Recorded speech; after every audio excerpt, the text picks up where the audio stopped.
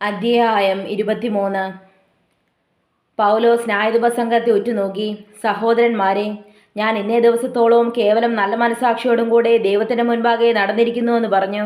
അപ്പോൾ മഹാപുരോഹിതൻ അനന്യാസ് അരികെ നിൽക്കുന്നവരോട് അവന്റെ വാക്കെടുപ്പാൻ കൽപ്പിച്ചു. പൗലോസ് അവനോട്, ദൈവം നിന്നെ അടിക്കും, വെള്ളതേച്ച് ചുവരെ, നീ ന്യായപ്രമാണപ്രകാരം എന്നെ വിസ്തരിപ്പാൻ ഇരിക്കുകയും ന്യായപ്രമാണത്തിന് വിരോധമായി എന്നെ അടിപ്പാൻ കൽപ്പിക്കുകയും ചെയ്യുന്നുവെന്ന് പറഞ്ഞു. അരികെ നിൽക്കുന്നവർ, നീ ദൈവത്തിന്റെ മഹാപുരോഹിതനെ ശകാരിക്കുന്നുവോ എന്ന് ചോദിച്ചു. അതിന് പൗലോസ്, സഹോദരന്മാരെ, മഹാപുരോഹിതനെന്ന് ഞാൻ അറിഞ്ഞില്ല, നിന്റെ ജനത്തിന്റെ അധിപതിയെ ദുഷിക്കരുത് എന്ന് എഴുതിയിരിക്കുന്നുവല്ലോ എന്ന് പറഞ്ഞു. എന്നാൽ ന്യായാധിപ സംഘത്തിൽ ഒരുപക്ഷം സദൂക്യരും ഒരുപക്ഷം പരീശന്മാരും ആകുന്നുവെന്ന് പൗലോസ് അറിഞ്ഞു. സഹോദരന്മാരെ, ഞാനൊരു പരീശനും പരീശന്മാരുടെ മകനുമാകുന്നു. മരിച്ചവരുടെ പ്രത്യാശയും പുനരുത്ഥാനത്തെയും കുറിച്ച് ഞാൻ വിസ്താരത്തിലായിരിക്കുന്നുവെന്ന് വിളിച്ചു പറഞ്ഞു. അവനത് പറഞ്ഞപ്പോൾ പരീശന്മാരും സദൂക്യരും തമ്മിൽ ഇടഞ്ഞു സംഘം ഛിദ്രിച്ചു. പുനരുത്ഥാനമില്ല, ദൂതനും ആത്മാവുമില്ല എന്ന് സദൂക്യർ പറയുന്നു. പരീശന്മാരോ രണ്ടുമുണ്ടെന്നും പ്രമാണിക്കുന്നു. അങ്ങനെ വലിയൊരു നിലവിളി ഉണ്ടായി.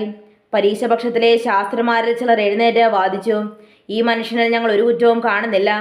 ഒരാത്മാവോ ഒരു ദൂതനോ അവനോട് സംസാരിച്ചു എന്ന് വന്നേക്കാമെന്ന് പറഞ്ഞു.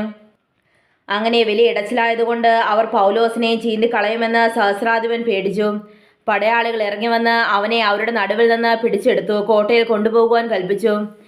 രാത്രിയിൽ കർത്താവ് അവൻ്റെ അടുക്കൽ നിന്ന്, ധൈര്യമായിരിക്കുക, നീ എന്നെക്കുറിച്ച് യെരുശലേമിൽ സാക്ഷീകരിച്ചതുപോലെ റോമയിലും സാക്ഷീകരിക്കേണ്ടതാകുന്നുവെന്ന് അരുളി ചെയ്തു.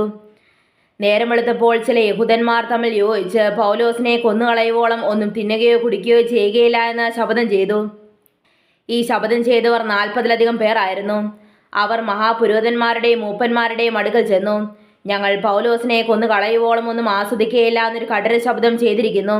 ആകയാൽ നിങ്ങൾ അവൻ്റെ കാര്യം അധികം സൂക്ഷ്മത്തോടെ പരിശോധിക്കണമെന്നുള്ള ഭാവത്തിൽ അവനെ നിങ്ങളുടെ അടുക്കൽ താഴെ കൊണ്ടുവരുവാൻ ന്യായാധിപ സംഘവുമായ സഹസ്രാധിപനോട് അപേക്ഷിപ്പൻ. എന്നാൽ അവൻ സമീപിക്കും മുമ്പേ ഞങ്ങൾ അവനെ ഒടുക്കിക്കളവാൻ ഒരുങ്ങിയിരിക്കുന്നുവെന്ന് പറഞ്ഞു. ഈ പതിയിരിപ്പിനെ കുറിച്ച് പൗലോസിന്റെ പെങ്ങളുടെ മകൻ കേട്ടിട്ട് ചെന്ന് കോട്ടയിൽ കടന്നു പൗലോസിനോട് അറിയിച്ചു. പൗലോസ് ശതാധിപന്മാരിൽ ഒരുത്തനെ വിളിച്ചു. ഈ യവനക്കാരന് സഹസ്രാധിപനോടൊരു കാര്യം അറിയിപ്പാനുള്ളതിനാൽ അവനെ അങ്ങോട്ട് കൊണ്ടുപോകണമെന്ന് പറഞ്ഞു. അവനെ കൂട്ടി സഹസ്രാധിപന്റെ അടുക്കൽ കൊണ്ടുവന്നു. തടവുകാരനായ പൗലോസ് എന്നെ വിളിച്ച്, നിന്നോടൊരു കാര്യം പറവാനുള്ള യവനക്കാരനെ നിന്റെ അടുക്കൽ കൊണ്ടുവരുവാൻ എന്നോട് അപേക്ഷിച്ചു എന്ന് പറഞ്ഞു. സഹസ്രാധിപൻ അവനെ കൈക്ക് പിടിച്ച് മാറിയെന്നു. എന്നോട് ബോധിപ്പിക്കാനുള്ളത് എന്തെന്ന് സ്വകാര്യമായി ചോദിച്ചു.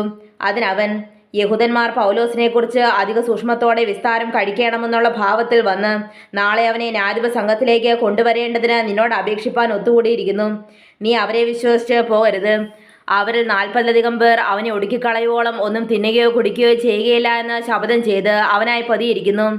നിന്റെ വാഗ്ദത്തം കിട്ടുമെന്നാശിച്ച് അവർ ഇപ്പോൾ ഒരുങ്ങി നിൽക്കുന്നുവെന്ന് പറഞ്ഞു. നീ ഇത് എന്നോട് അറിയിച്ചു എന്ന് ആരോടും മിണ്ടരുത് എന്ന് സഹസ്രാധിപൻ കൽപ്പിച്ച് യവനക്കാരനെ പറഞ്ഞയച്ചു. പിന്നെ അവൻ ശതാധിപന്മാരിൽ 2 പേരെ വരുത്തി. ഈ രാത്രിയിൽ 3-ാം മണി നേരത്ത് കൈസരിക്ക് പോകുവാൻ 200 കാലാളെയും 70 കുതിരച്ചേകവരെയും 200 കുന്തക്കാരെയും ഒരുക്കുവൻ. പൗലോസിനെ കയറ്റി ദേശാധിപതിയായ ഫെലിക്സിന്റെ അടുക്കൽ ക്ഷേമത്തോടെ എത്തിപ്പാൻ മൃഗവാഹനങ്ങളെയും സംഭരിപ്പീനെന്ന് കൽപ്പിച്ചു. താഴെ പറയുന്ന വിധത്തിൽ ഒരു എഴുത്തും എഴുതി. ക്ലൗദിയോസ് ലൂസിയാസ് രാജശ്രീ ഫെലിക്സ് ദേശാധിപതിക്ക് വന്ദനം. ഈ പുരുഷനെ യഹൂദന്മാർ പിടിച്ച് കൊല്ലുവാൻ ഭാവിച്ചപ്പോൾ റോമ പോരനെന്നറിഞ്ഞ് ഞാൻ പട്ടാളത്തോടും കൂടെ നേരിട്ട് എന്ന് അവനെ വെടിവെച്ചു. അവൻ്റെ മേൽ കുറ്റം ചുമത്തുന്ന സംഗതി ഗ്രഹിപ്പാൻ ഇച്ഛിച്ചിട്ട് അവരുടെ ന്യായാധിപ സംഘത്തിലേക്ക് അവനെ കൊണ്ടുവന്നു. എന്നാൽ അവരുടെ ന്യായപ്രമാണം സംബന്ധിച്ചുള്ള തർക്കങ്ങളെക്കുറിച്ച് കുറ്റം ചുമത്തുന്നതല്ലാതെ മരണത്തിനോ ചങ്ങലയ്ക്കോ യോഗ്യമായതൊന്നുമില്ല എന്ന് കണ്ടു.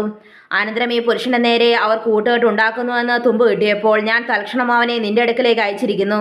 അവൻ്റെ നേരെയുള്ള അന്യായം സന്നിധാനത്തിൽ ബോധിപ്പിപ്പാൻ വാദികളോട് കൽപ്പിച്ചു വിരിക്കുന്നു. ശുഭമായിരിക്കട്ടെ. പടയാളികൾ കൽപ്പനപ്രകാരം പൗലോസിനെ കൂട്ടി രാത്രിയിൽ അന്തിപത്രിസോളം കൊണ്ടുവന്നു. പിറ്റന്നാൾ കുതിരച്ചേകവരെ അവനോടുകൂടി അയച്ചു കോട്ടയിലേക്ക് മടങ്ങിപ്പോന്നു. മറ്റവർ കൈസരിലെത്തി ദേശാധിപതിക്ക് എഴുത്തു കൊടുത്തു. പൗലോസിനെയും അവൻ്റെ മുൻപിൽ നിർത്തി. അവൻ എഴുത്ത് വായിച്ചിട്ട് ഏത് സംസ്ഥാനക്കാരനെന്ന് ചോദിച്ചു. കിലിക്കക്കാരനെന്ന് കേട്ടാറേ. വാദികളും കൂടെ വന്നു ചേരുമ്പോൾ നിന്നെ വിസ്തരിക്കാമെന്ന് പറഞ്ഞ് ഹെരോദാവിൻ്റെ ആസ്ഥാനത്തിൽ അവനെ കാത്തുകൊള്ളുവാൻ കൽപ്പിച്ചു.